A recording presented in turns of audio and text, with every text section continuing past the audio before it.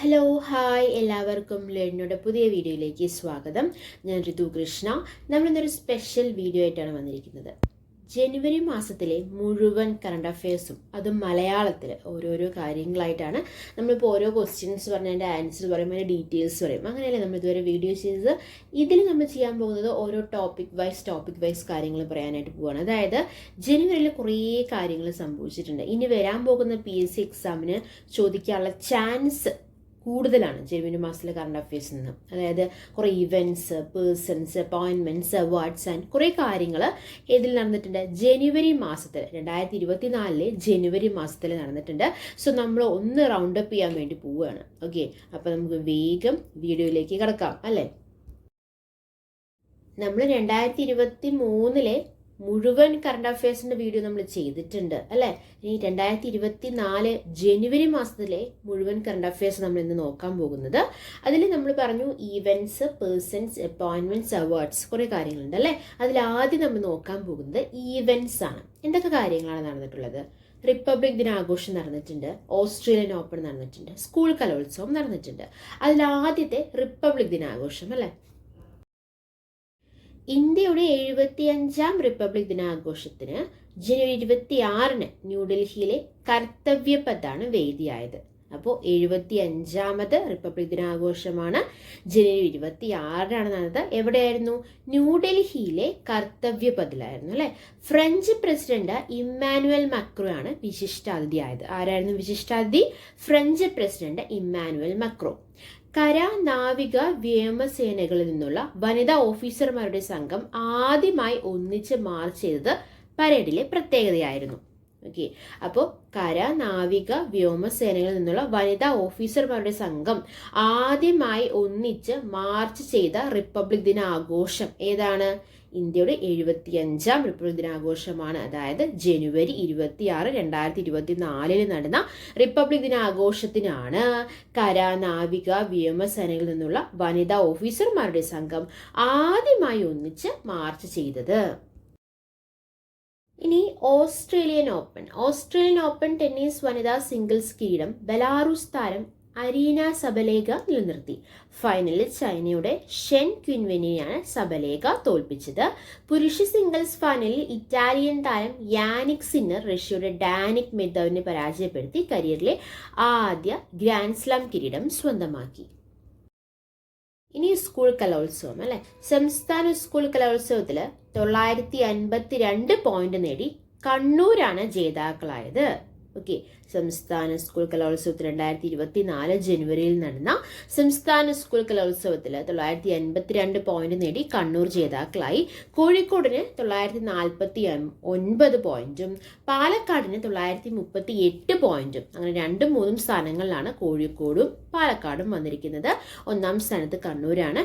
കൊല്ലമായിരുന്നു ഇത്തവണത്തെ സ്കൂൾ കലോത്സവത്തിന്റെ വേദി. അപ്പോൾ നടന്നത് എവിടെയാണ്? കൊല്ലത്താണ്. വിജയിച്ചത് ആരാണ്? കണ്ണൂരുകാരാണ് അല്ലെ. അപ്പോൾ നമ്മൾ ഈവൻറ്റ്സ് പറഞ്ഞു കഴിഞ്ഞു. ഇനി പേഴ്സൺസ് ആണ്. പേഴ്സൺസിനെ കുറിച്ച് പറയുകയാണെങ്കിൽ രോഹൻ ബോപ്പണ്ണ, പ്രീതി രജക്, ആർ പ്രഗ്നനന്ദ, ആരിഫ് മുഹമ്മദ് ഖാൻ, ഈ 4 പേരെ കുറിച്ച് നമ്മൾ പറയാൻ പോകുന്നത്. ആദ്യം രോഹൻ ബോപ്പണ്ണ. ബാഡ്മിന്റൺ പുരുഷ ഡബിൾസിൽ ലോക റാങ്കിങ്ങിൽ 1ാമതെത്തുന്ന പ്രായം കൂടിയ താരമെന്ന റെക്കോർഡ് ആരാണ് സ്വന്തമാക്കിയത്? രോഹൻ ബോപ്പണ്ണ. എത്ര വയസ്സാണ്? 43 വയസ്സാണ്. അപ്പോൾ ബാഡ്മിന്റൺ പുരുഷ ഡബിൾസിൽ ലോക റാങ്കിങ്ങിൽ 1ാമതെത്തുന്ന പ്രായം കൂടിയ താരമാരാണ്? രോഹൻ ബോപ്പണ്ണയാണ് അല്ലെ. മാത്യു എബ്ഡനൊപ്പം ഓസ്ട്രേലിയൻ ഓപ്പൺ പുരുഷ ഡബിൾസ് കിരീടം നേടിയ ബോപ്പണ്ണ ഏറ്റവും പ്രായം കൂടിയ പുരുഷ ഗ്രാൻഡ് സ്ലാം ചാമ്പ്യൻ എന്ന റെക്കോർഡും കുറിച്ചിരിക്കുകയാണ്. പ്രീതി രജക്. ആരാണ് പ്രീതി രജക്? കരസേനയിലെ ആദ്യ വനിതാ സുബേദാർ എന്ന നേട്ടം ട്രാപ്പ് ഷൂട്ടിംഗ് താരം പ്രീതി രജക്കാണ് കരസ്ഥമാക്കിയിരിക്കുന്നത്. ഹാങ്ചോ ഏഷ്യൻ ഗെയിംസിൽ വനിതകളുടെ ട്രാപ്പ് ഷൂട്ടിങ്ങിൽ വെള്ളി നേടിയ പ്രീതിക്ക് കായിക മേഖലയിലെ നേട്ടങ്ങൾക്കുള്ള അംഗീകാരമായാണ് സ്ഥാനക്കയറ്റം ലഭിച്ചിരിക്കുന്നത്. അപ്പൊ കരസേനയിലെ ആദ്യ വനിതാ സുബേദാർ ആരാണ്? പ്രീതി രജക്കാണ് അല്ലെ. R Praggnanandhaa. FIDE live റേറ്റിംഗിൽ Viswanathan ആനന്ദിനെ മറികടന്ന് ഇന്ത്യയിലെ 1ാം നമ്പർ താരം എന്ന നേട്ടം ആരാണ് സ്വന്തമാക്കിയത്? ആർ പ്രഗ്നനന്ദയാണ് സ്വന്തമാക്കിയിരിക്കുന്നത്. നെതർലൻഡ്സിൽ നടന്ന ചെസ് ടൂർണമെന്റിൽ പ്രഗ്നനന്ദ ലോക ചെസ് ചാമ്പ്യൻ ചൈനയുടെ ഡിംഗ്ലിറിനെ പരാജയപ്പെടുത്തിയതോടെയാണ് റാങ്കിങ്ങിന്റെ കുതിപ്പ് ആരിഫ് മുഹമ്മദ് ഖാൻ. ചരിത്രത്തിൽ ഏറ്റവും കുറച്ച് സമയമെടുത്ത നയപ്രഖ്യാപന പ്രസംഗം അവതരിപ്പിച്ച ഗവർണർ എന്ന റെക്കോർഡ് കേരള ഗവർണർ ആരിഫ് മുഹമ്മദ് ഖാന്റെ പേരിലാണ്. അപ്പോൾ ഏറ്റവും കുറച്ച് സമയമെടുത്ത് നയപ്രഖ്യാപന പ്രസംഗം അവതരിപ്പിച്ച ഗവർണർ ആരാണ്? ആരിഫ് മുഹമ്മദ് ഖാനാണ്. ജനുവരി 25 കേരള നിയമസഭയിൽ 78 സെക്കൻഡ് മാത്രം ദൈർഘ്യമുള്ള പ്രസംഗമാണ് ഗവർണർ നടത്തിയത്. നമ്മൾ ഇവന്റ്സ് പറഞ്ഞു. ഏതൊക്കെ ഇവന്റ്സ് നമ്മൾ പറഞ്ഞത്? റിപ്പബ്ലിക് ദിനാഘോഷം, ഓസ്ട്രേലിയൻ ഓപ്പൺ, സ്കൂൾ കലോത്സവം അല്ലെ. പേഴ്സൺസ് പറഞ്ഞു. ആരെയൊക്കെ കുറിച്ചാണ് പറഞ്ഞത്? രോഹൻ ബോപ്പണ്ണ. രോഹൻ ബോപ്പണ്ണ ആരാണ്? ലോക റാങ്കിങ്ങിൽ ഒന്നാമെത്തുന്ന പ്രായം കൂടിയ താരം അല്ലെ. ബാഡ്മിന്റൺ പുരുഷ ഡബിൾസിൽ ലോക റാങ്കിങ്ങിൽ ഒന്നാമെത്തുന്ന പ്രായം കൂടിയ താരം ആരാണ്? ബോപ്പണ്ണയാണ്. എത്ര വയസ്സാണ്? 43 വയസ്സാണ് അല്ലെ. കരസേനയിലെ ആദ്യ വനിതാ സുബേദർ ആരാണ്? പ്രീതി രജക്കാണ് അല്ലെ. ആർ പ്രഗ്നന്റ് ആരാണ്? ഇന്ത്യയിലെ 1-ാം നമ്പർ താരമെന്ന നേട്ടം സ്വന്തമാക്കിയ വ്യക്തിയാണ് ആര്? ആർ പ്രഗ്നന്ത്. ക്ലിയർ അല്ലേ? ഇനി നമ്മൾ അപ്പോയിന്റ്മെന്റ്സിലേക്കാണ് കിടക്കാൻ പോകുന്നത്. ജസ്റ്റിസ് BR ഗവായി ദേശീയ നിയമസഹായ അതോറിറ്റിയുടെ പുതിയ ചെയർമാനായി സുപ്രീം കോടതി ജഡ്ജി BR ഗവായിയെ ജനുവരി 2 നിയമിച്ചത്. ചെയർമാൻ സ്ഥാനം വഹിച്ച ജസ്റ്റിസ് സഞ്ജീവ് ഖന്ന അതോറിറ്റിയുടെ എക്സിക്യൂട്ടീവ് ചെയർപേഴ്സൺ ആയതിനെ തുടർന്നാണ് നിയമനം. അപ്പോൾ ദേശീയ നിയമസഹായ അതോറിറ്റിയുടെ പുതിയ ചെയർമാൻ ആരാണ്? സുപ്രീം കോടതി ജഡ്ജി BR ഗവായി. കുവൈറ്റ് പ്രധാനമന്ത്രിയായി ഷെയ്ഖ് ഡോക്ടർ മുഹമ്മദ് സബാഹ് അൽ സാലിം അൽ സബാഹ് നിയമിതനായിട്ടുണ്ട്. മുൻ അമീർ ഷെയ്ഖ് സബാഹ് അൽ സാലിമിന്റെ മകനാണ് മുഹമ്മദ് സബാഹ്. അദ്ദേഹം ദീർഘകാലം ഉപപ്രധാനമന്ത്രിയും വിദേശകാര്യമന്ത്രിയുമായിരുന്നു. ഷെയ്ഖ് ഹസീന.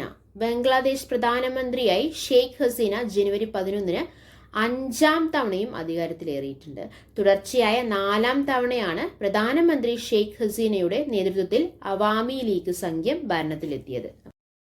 അപ്പൊ തുടർച്ചയായ 4-ാം തവണ പ്രധാനമന്ത്രിയാകുന്ന ബംഗ്ലാദേശ് പ്രധാനമന്ത്രിയാകുന്ന വ്യക്തി ആരാണ്? ഷെയ്ഖ് ഹസീനയാണ് അല്ലെ. ഇനി ഗബ്രിയേൽ അത്താൽ. ഫ്രാൻസ് പ്രധാനമന്ത്രിയായി ഗബ്രിയേൽ അത്താൽ ജനുവരി 9 നിയമിതനായി.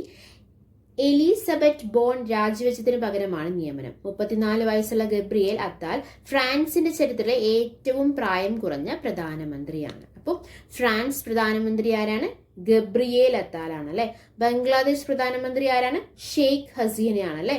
കുവൈറ്റ് പ്രധാനമന്ത്രി ആരാണ്? ഡോക്ടർ മുഹമ്മദ് സബാഹ് ആണ്. അടുത്ത അപ്പോയിന്റ്മെന്റ് കടക്കാം. ലായ് ചിങ്തെ.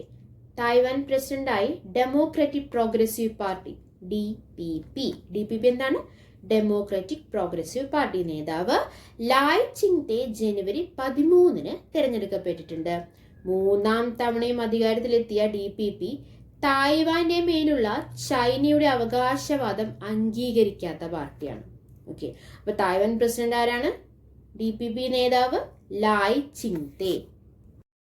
ഫെഡറിക് പത്താമൻ. ഡെൻമാർക്കിലെ മാർഗ്രേറ്റ് രാജ്ഞി സ്ഥാനത്യാഗം ചെയ്തതോടെ മകൻ Frederick പത്താമൻ രാജാവായിരിക്കുകയാണ്.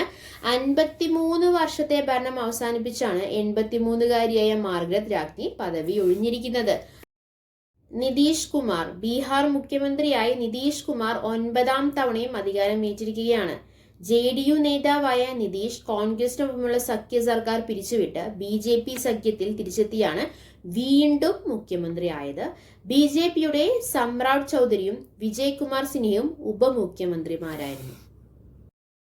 AK Lahoti. Telecom regulatory authority TRAI ചെയർപേഴ്സണായി അനിൽ കുമാർ ലഹോട്ടിയെ ജനുവരി 29 നിയമിച്ചു. 3 വർഷത്തേക്കാണ് നിയമനം. അപ്പോൾ ടെലികോം റെഗുലേറ്ററി അതോറിറ്റിയുടെ ചെയർപേഴ്സൺ ആരാണ്? അനിൽ കുമാർ ലഹോട്ടി. അടുത്തത് ധനകാര്യ കമ്മീഷൻ. 16-ാം ധനകാര്യ കമ്മീഷൻ അംഗങ്ങളായി ആനി ജോർജ് മാത്യു, അജയ് നാരായൺ, ഡോക്ടർ നിരഞ്ജൻ, ഡോക്ടർ സൗമ്യ കാന്തി ഘോഷ് എന്നിവരെ ജനുവരി 31 നിയമിച്ചിട്ടുണ്ട്. ഡോക്ടർ അരവിന്ദ് പനഗാരിയാണ് കമ്മീഷന്റെ അധ്യക്ഷൻ. അപ്പൊ ധനകാര്യ കമ്മീഷന്റെ അധ്യക്ഷൻ ആരാണ്? അരവിന്ദ് പനഗാരിയ. ഒന്ന് റിവൈസ് ചെയ്തേ. എന്തൊക്കെ കാര്യങ്ങൾ നമ്മൾ പറഞ്ഞത്? ഈവൻസ്, പേഴ്സൺസ്, അപ്പോയിന്റ്മെന്റ്സ് അല്ലെ. എത്രാമത്തെ റിപ്പബ്ലിക് ദിനാഘോഷമാണ്? ഞാനിങ്ങനെ ഓരോ കാര്യങ്ങൾ ചോദിക്കുമ്പോൾ ആ സംഭവം വരണം. ഓക്കെ, പെട്ടെന്ന് ഓർമ്മയിൽ വരണം. എത്രാമത്തെ റിപ്പബ്ലിക് ദിനാഘോഷമാണ്? ഇന്ത്യയുടെ 75-ാം റിപ്പബ്ലിക് ദിനാഘോഷമാണ് അല്ലെ. അത് എവിടെ വെച്ചിട്ടാണ് നടന്നത്? ന്യൂഡൽഹിയിലെ കർത്തവ്യ പഥിൽ വെച്ചിട്ടായിരുന്നു നടന്നത്. ആരായിരുന്നു വിശിഷ്ടാതിഥി? ആരായിരുന്നു? ഫ്രഞ്ച് പ്രസിഡന്റ് ആയിട്ടുള്ള ഇമ്മാനുവൽ മാക്രോ ആയിരുന്നു വിശിഷ്ടാതിഥി അല്ലെ. സ്കൂൾ കലോത്സവത്തിൽ ഏത് ജില്ലയാണ് ജേതാക്കളായത്? കണ്ണൂരാണ്. എത്ര പോയിന്റ്സ് ആണ്? 952 അല്ലെ. എവിടെ വെച്ചിട്ടാണ് നടന്നത്? കൊല്ലത്ത് വെച്ചിട്ടാണ് സ്കൂൾ കലോത്സവം നടന്നത് അല്ലെ. ബാഡ്മിന്റൺ പുരുഷ ഡബിൾസിൽ ലോക റാങ്കിങ്ങിൽ ഒന്നാമതെത്തുന്ന പ്രായം കൂടിയ താരം ആരാണ്? നിങ്ങളാണ് ആൻസർ പറയേണ്ട കേട്ടോ. ആരാണ്? രോഹൻ ബോപ്പണ്ണ അല്ലെ. എത്ര വയസ്സാണ് അദ്ദേഹത്തിന്? 43 വയസ്സാണ്. കരസേനയിലെ ആദ്യ വനിതാ സുബേദർ ആരാണ്? പ്രീതി രജകാണ് അല്ലെ. അതുപോലെ തന്നെ ഇന്ത്യയിലെ 1-ാം നമ്പർ താരം എന്ന നേട്ടം സ്വന്തമാക്കിയത് ആരാണ്? ആർ പ്രജ്ഞാനന്ദയാണ്. ചരിത്രത്തിലെ ഏറ്റവും കുറച്ച് സമയമെടുത്ത് നയപ്രഖ്യാപന പ്രസംഗം അവതരിപ്പിച്ച ഗവർണർ ആരാണ്? ആരിഫ് മുഹമ്മദ് ഖാനാണ് അല്ലെ. ബംഗ്ലാദേശ് പ്രധാനമന്ത്രി ആരാണ്? ഷെയ്ഖ് ഹസീനയാണ്. കുവൈറ്റ് പ്രധാനമന്ത്രി ആരാണ്? ഡോക്ടർ മുഹമ്മദ് സബാഹാണ്. ഫ്രാൻസ് പ്രധാനമന്ത്രി ആരാണ്? ഗബ്രിയേൽ അത്താൽ. തായ്വാൻ പ്രസിഡന്റ് ലായ് ചിങ്തെ അല്ലെ. ബീഹാർ മുഖ്യമന്ത്രി നിതീഷ് കുമാർ. ധനകാര്യ കമ്മീഷന്റെ അധ്യക്ഷൻ ആരാണ്? ഡോക്ടർ അരവിന്ദ് പനഗാരിയ. ഇത്ര കാര്യങ്ങൾ നമ്മൾ ഡിസ്കസ് ചെയ്തത് അല്ലെ. അവാർഡ്സ് ആണ്. അവാർഡ്സ് കുറേ അവാർഡുകൾ നടന്നിട്ടുണ്ട് കേട്ടോ. ജനുവരി മാസത്തിൽ 10ൽ കൂടുതലോളം അവാർഡ് ദാനങ്ങളാണ് നടന്നിട്ടുള്ളത്. അതിൽ ആദ്യത്തെ ഫിഫ അവാർഡ്. ഏതൊക്കെ അവാർഡാണ്? FIFA award, ICC award, golden globe, ഭാരതരത്നം, വിഭൂഷണും ഭൂഷണും, പത്മശ്രീ പുരസ്കാരം, അർജുന അവാർഡ്, ഖേൽ രത്ന പുരസ്കാരം, Dronacharya, startup India ranking, BCCI award, Swathi പുരസ്കാരം, ഹരിവരാസനം, MV ദേവൻ പുരസ്കാരം, രവിവർമ്മ പുരസ്കാരം തുടങ്ങി കുറേ അധികം പുരസ്കാരങ്ങൾ ഇപ്പം നടന്നിട്ടുണ്ട്. ജനുവരി 2024 നടന്നിട്ടുണ്ട്. നമുക്ക് ഓരോന്നായിട്ട് പഠിക്കാം അല്ലെ. ആദ്യത്തെ ഫിഫ അവാർഡ്. മികച്ച ലോക ഫുട്ബോളർക്കുള്ള ഫിഫ ദ ബെസ്റ്റ് പുരസ്കാരം ആരാണ് സ്വന്തമാക്കിയത്? അർജന്റീന താരം ലയണൽ മെസ്സി സ്വന്തമാക്കിയിരിക്കുകയാണ്. വനിതാ താരത്തിനുള്ള പുരസ്കാരം ബാഴ്സലോണയുടെ സ്പാനിഷ് താരം ഐറ്റാന ബോൺമെറ്റിക്കാണ്.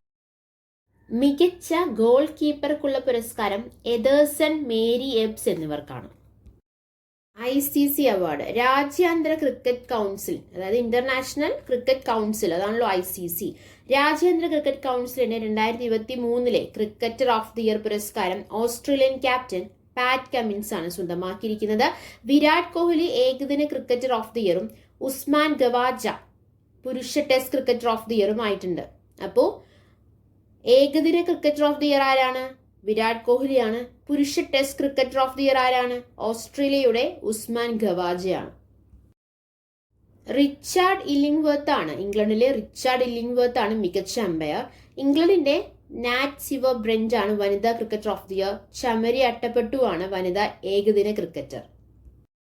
നമ്മൾ ഫിഫ അവാർഡ് പറഞ്ഞു, ICC അവാർഡ് പറഞ്ഞു. ഇനി അടുത്ത് പറയാൻ പോകുന്നത് ഗോൾഡൻ ഗ്ലോബ് പുരസ്കാരമാണ്. ഗോൾഡൻ ഗ്ലോബ് പുരസ്കാരത്തിൽ ഓപ്പൻഹൈമർ മികച്ച സിനിമയായി തിരഞ്ഞെടുക്കപ്പെട്ടു.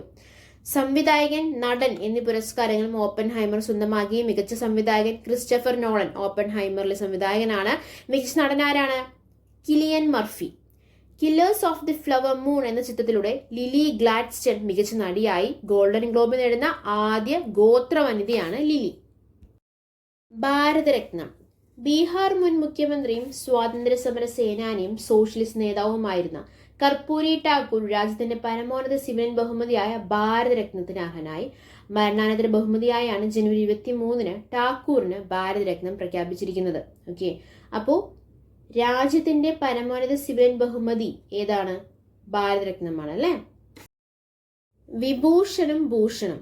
M. വെങ്കയ്യ നായിഡു, വൈജയന്തിമാല ബാലി, പത്മ സുബ്രഹ്മണ്യം, ചിരഞ്ജീവി, അന്തരിച്ച ബിദ്യേശ്വർ പാഠക് എന്നിവർ ഈ വർഷത്തെ പത്മഭൂഷൺ ബഹുമതിക്ക് അർഹരായിട്ടുണ്ട്.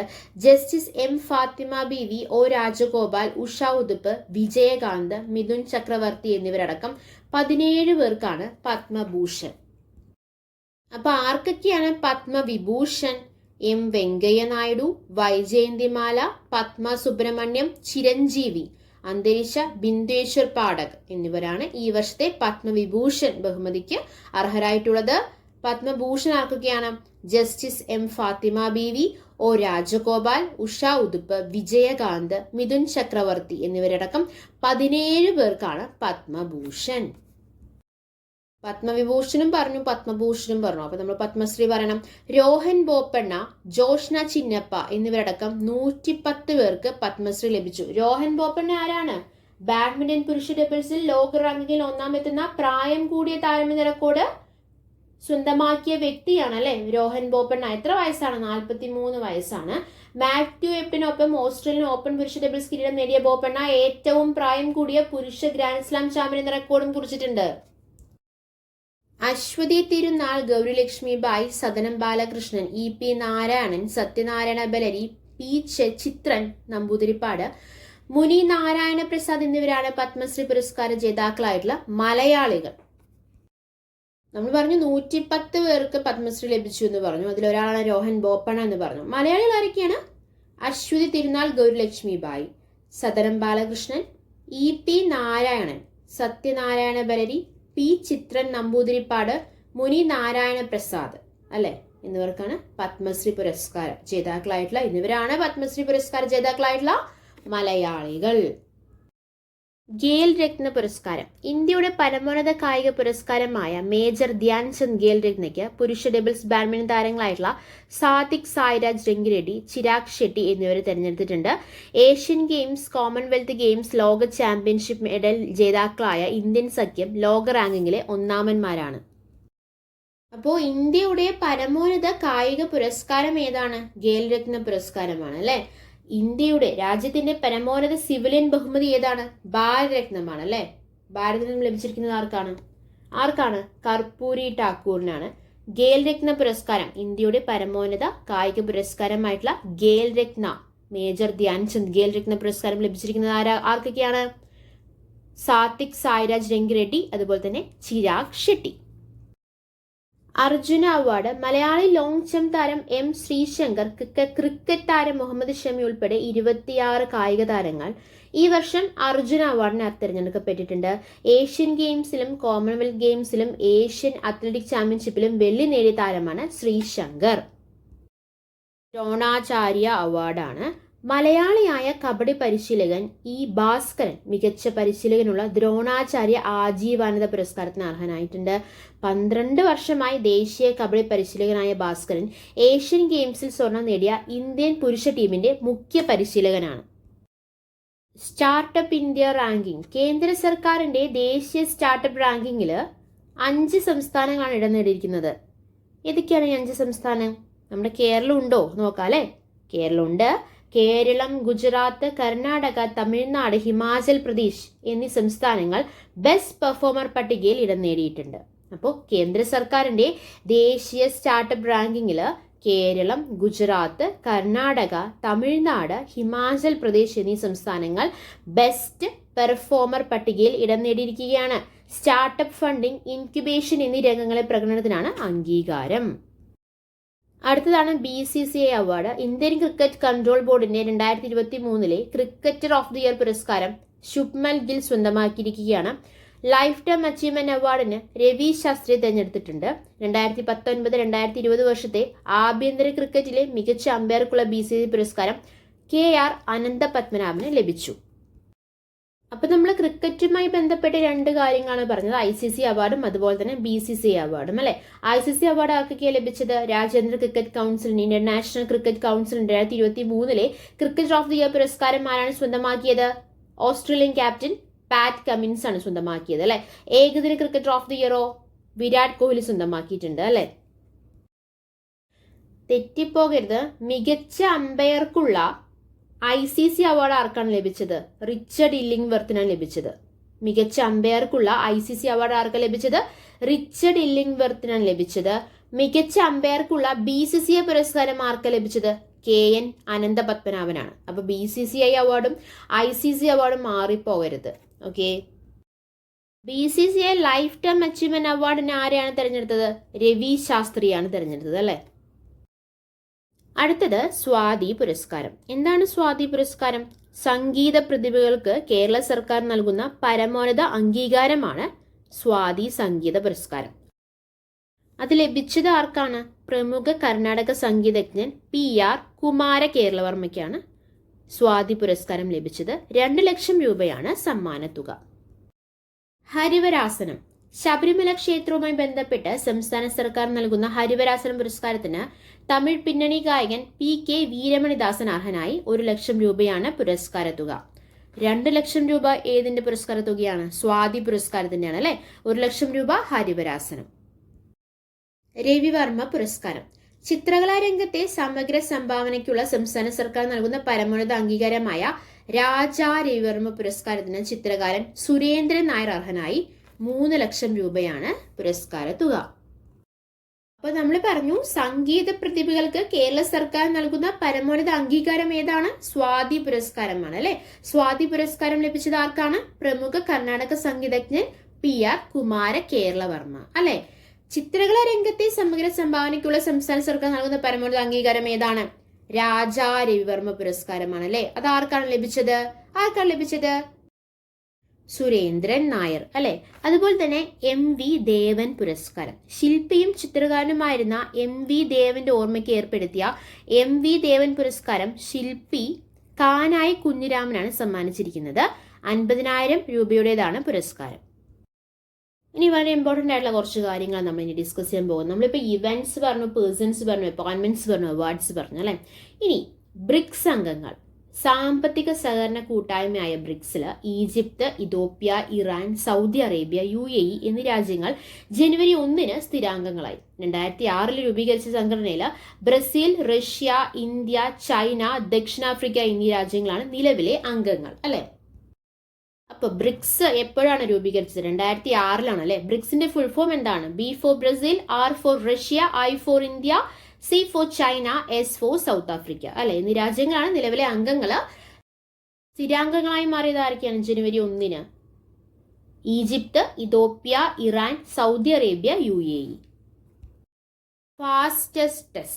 ടെസ്റ്റ് ക്രിക്കറ്റിന്റെ ചരിത്രത്തിലെ ഏറ്റവും ഹ്രസ്വമായ മത്സരത്തിൽ ദക്ഷിണാഫ്രിക്കയെ ഇന്ത്യ 7 വിക്കറ്റിന് പരാജയപ്പെടുത്തിയിട്ടുണ്ട്. കേപ്പ് ടൗൺ വേദിയായ ടെസ്റ്റ് മത്സരമാണ് 5 ദിവസത്തെ കളി 1.5 ദിവസത്തിൽ തീർന്നിട്ട് ചരിത്രത്തിൽ ഇടം നേടിയിരിക്കുന്നത്. ടെസ്റ്റ് ചരിത്രത്തിലെ ഏറ്റവും കുറഞ്ഞ പന്തുകളുടെ വിജയമെന്ന റെക്കോർഡും കേപ്പ് ടൗൺ ടെസ്റ്റിനുണ്ട്. അടുത്തത് അടൽ സേതു. ഇന്ത്യയിലെ ഏറ്റവും നീളമേറിയ കടൽപ്പാലമായ Mumbai trans harbour link Atal Setu പ്രധാനമന്ത്രി നരേന്ദ്രമോദി ജനുവരി 12 ഉദ്ഘാടനം ചെയ്തത്. മുംബൈയിലെ ശിവരി മുതൽ നവി മുംബൈയിലെ നാവസേവ വരെ 22 കിലോമീറ്ററാണ് ദൈർഘ്യം. അയോധ്യയിൽ പ്രാണപ്രതിഷ്ഠ. അയോധ്യ ശ്രീരാമക്ഷേത്രത്തിലെ രാംലല്ല വിഗ്രഹത്തിന്റെ പ്രാണപ്രതിഷ്ഠ ജനുവരി 22 നടന്നു. പ്രധാനമന്ത്രി നരേന്ദ്രമോദിയായിരുന്നു പ്രാണപ്രതിഷ്ഠ ചടങ്ങിലെ മുഖ്യ യജമാനൻ. കാശിയിലെ പുരോഹിതൻ ലക്ഷ്മികാന്ത് ദീക്ഷിത് മുഖ്യ കാർമ്മികത്വം വഹിച്ചു. എക്സ്പോസാറ്റ്. ISROയുടെ PSLV-C 58 XPoSat X-ray polarimeter satellite. അതാണ് എക്സ്പോസാറ്റ്. എന്താണ്? എക്സ്റേ പൊളാരിമീറ്റർ സാറ്റലൈറ്റ് ജനുവരി 1 വിജയകരമായി വിക്ഷേപിച്ചിട്ടുണ്ട്. എക്സ്റേ തരംഗങ്ങളുടെ പഠനത്തിലൂടെ തമോഗർത്തങ്ങൾ ഉൾപ്പെടെ പഠിക്കാനുള്ള ഇന്ത്യയുടെ പ്രഥമ ദൗത്യമാണ് എക്സ്പോസാറ്റ്. എക്സ്പോസാറ്റ് എന്താണ്? X-ray polarimeter satellite. അടുത്തത് ആദിത്യ മിഷൻ. ഇന്ത്യയുടെ പ്രഥമ സൗര ദൗത്യമാണ് അല്ലെ ആദിത്യ മിഷൻ. ആദിത്യ L1 ഇന്ത്യയുടെ പ്രഥമ സൗര ദൗത്യമായിട്ടുള്ള ആദിത്യ L1 ജനുവരി 6 ഭൂമിയിൽ നിന്ന് 15 കോടിയോളം കിലോമീറ്റർ അകലെയുള്ള 1ാം ലഗ്രാഞ്ച് ബിന്ദു L1 എന്ന ലക്ഷ്യസ്ഥാനത്ത് എത്തിയിരിക്കുകയാണ്. ഓക്കെ, 5 വർഷത്തോളം സൂര്യനെ പറ്റി പഠിക്കുന്ന ആദിത്യ 127 ദിവസത്തെ യാത്രയ്ക്ക് ശേഷമാണ് ലക്ഷ്യസ്ഥാനത്ത് എത്തിയത്.